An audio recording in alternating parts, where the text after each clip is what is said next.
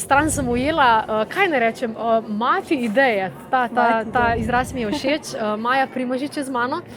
Ona je ena od soorganizatoric oziroma glavnih idejnih vodij, bom tudi rekla, dogodka, ki se imenuje Zeleni sejem. Zeleni sejem. Midva sva slučajno to ujela, na netu in videla, da imate res eno krasno ponudbo, predvsem pa eno zanimivo poslanstvo zadaj. Odkje je ta ideja, za kakšno idejo pravzaprav gre? Ja.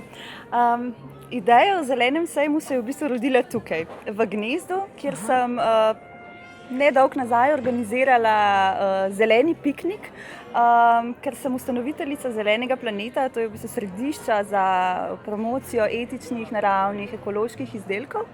Sem potem nekako v čast vsem tem trgovcem, ki so se pridružili Zelenemu planetu, priredila en zeleni piknik.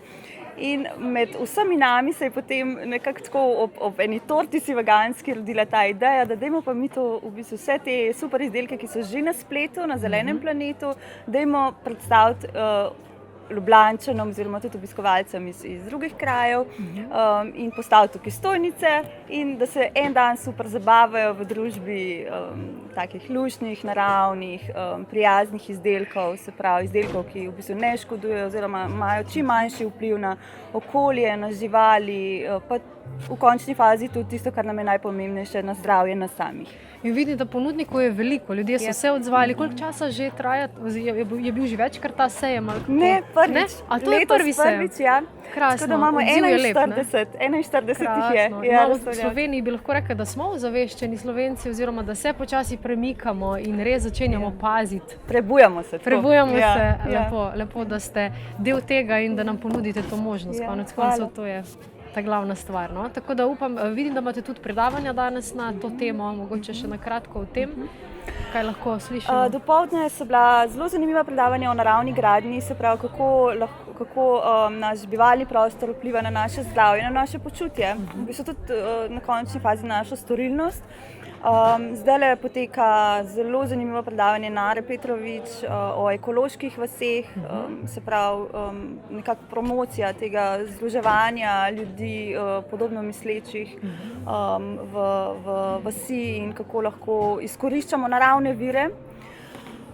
Potem imamo čez 20 minut začne okrogla miza o potrošništvu, kjer bo spregovorila Višnja Glavan iz Centra ponovne uporabe.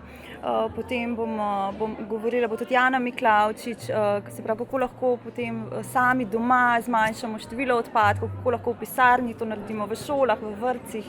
Kaj lahko vsak izmed nas naredi in prispeva k lepšemu okolju. Sliši se zelo koristno, Aleša, greva čim prej, da ne zamudiva. Tako da, Maja, najlepša hvala, pa še čim več takih krasnih dogodkov tudi v prihodnosti. Hvala vama. In z Alešom sva se res udeležila okrogle mize z naslovom Ko spreminjaš svet v sebi, spreminjaš svet okoli sebe. Udeleženci smo lahko prisluhnili 3 zelo zanimivim govornicam, ki so osvetlile problematiko podnebnih sprememb, pasti potrošništva in podale tudi koristne nasvete, kako lahko sami prispevamo k rešitvam. Mogoče dajemo pripombe, predloge in postavljamo zahteve vladi in en izraz tega je tudi, da smo zbiramo javno podpise za ta poziv v parih točkah. Mi to sicer dosti bolj elaboriramo, ampak ta poziv za javnost je pa v parih točkah. Zdaj imamo cirka 250 organizacij nas podpira, skoraj 9000 podpisnikov.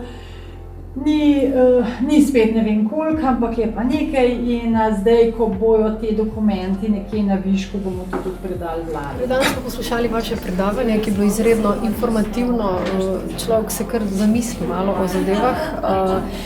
Bom vas pa vprašala, kaj lahko naredimo zdaj kot posamezniki. Vem, da imate tudi poseben poziv za ljudi, kaj lahko naredimo, da se tudi vlada zgane, da se zganejo, bom rekla, te odgovorne korporacije, ne samo kot posamezniki, ampak tudi širše. Ja, poleg tega, da sami spreminjamo življenjske navade, je potrebno tudi, da vlada sprejme odločne ukrepe, da usmeri celotno družbeno ravnanje k nizkoogljični družbi, k temu, da bomo nehali, da bomo povzročali manjše izpuste toplogrednih plinov.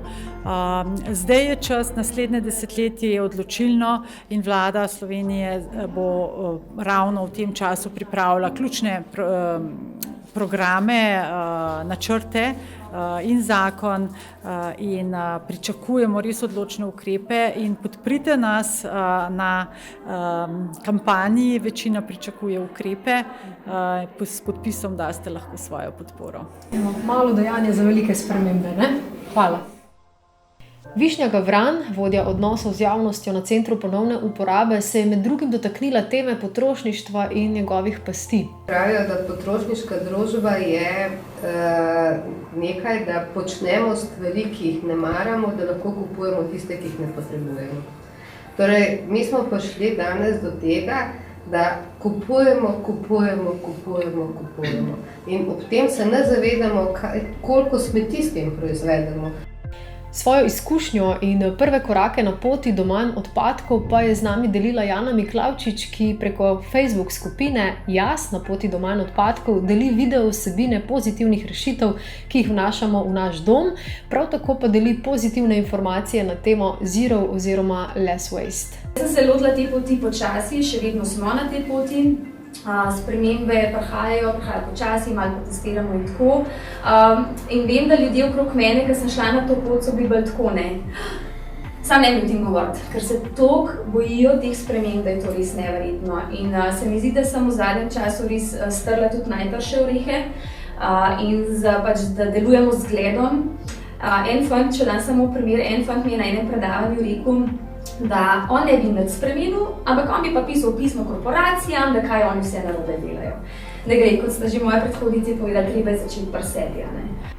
Na sejmu pa sem se pogovarjala tudi z nekaterimi razstavljavci, ki so na ogled postavili svoje ekoizdelke, vse z namenom ozaveščanja zdravega načina življenja, ohranjanja narave in tudi ljubezni do soljudi in živali. Videla sem prekrasna otroška oblačila, igračke za hišne ljubljenčke, naravno kozmetiko, ustvarjalne ekoposlikave na majčke, voščilnice in še bi lahko naštevala. Pogovore si boste lahko v celoti ogledali v naslednjem prispevku, ki prihaja na spletni Mistik TV, in to kmalu.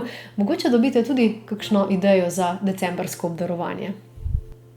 Se vidimo!